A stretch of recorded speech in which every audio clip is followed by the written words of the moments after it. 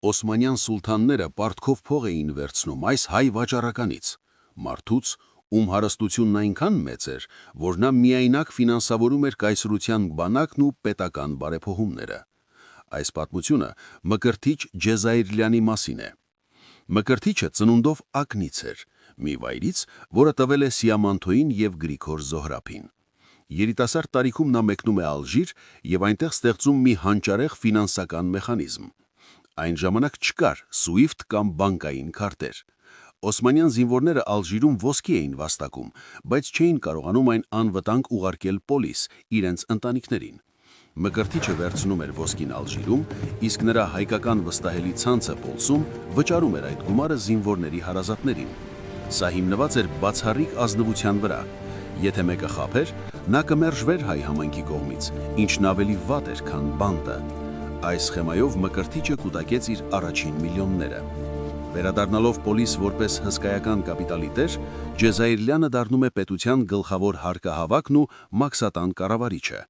Նրա ազդեցությունն այնքան մեծ էր, որ նա սուլթանին 100 միլիոն ղուրուշի վարկ էր տվել։ Պատկերացրեք, մի ամբողջ կայսրություն ապրում էր նրա հաշվին։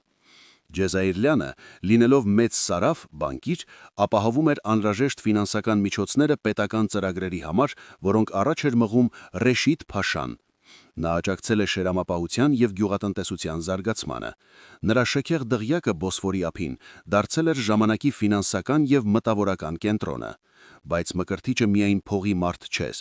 Նա իր շուրջն էր հավաքել ժամանակի ամենափայլուն ուղեղներին։ Նրա անձնական բժիշկը հայտնի հայ բժիշկ Սերվիչեն էր։ Նրա մտերիմն էր նաև հանճարեղ ճարտարապետ Նիկողոս Բալյանը։ Ջեզայրլյանը հասկանում էր, որ ազգի ապագան կրթության մեջ է։ Նա ֆինանսավորում էր հարյուրավոր ուսանողների ուսումը։ Բայց ինչպես հաճախ է պատահում Օսմանյան պալատում, չափազանց հզոր հպատակները դառնում են թիրախ։ Պետությունը չէր ուզում վերադարձնել նրա հսկայական պարտքերը։ 1847-ին սկսվեց պալատական դավադրությունը։ Մկրտիչին մեղադրեցին հաշվապահական խարդախությունների մեջ ու բռնագրավեցին նրա ամբողջ ունեցվածքը։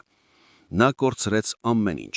Նրա ապարանքը վերցրին, հաշիվները սառեցրին։ 1961 թվականին Ջեզայրլյանը մահացավ ծայրահեղ կարիքի մեջ։ Թուրքիայի հայեր,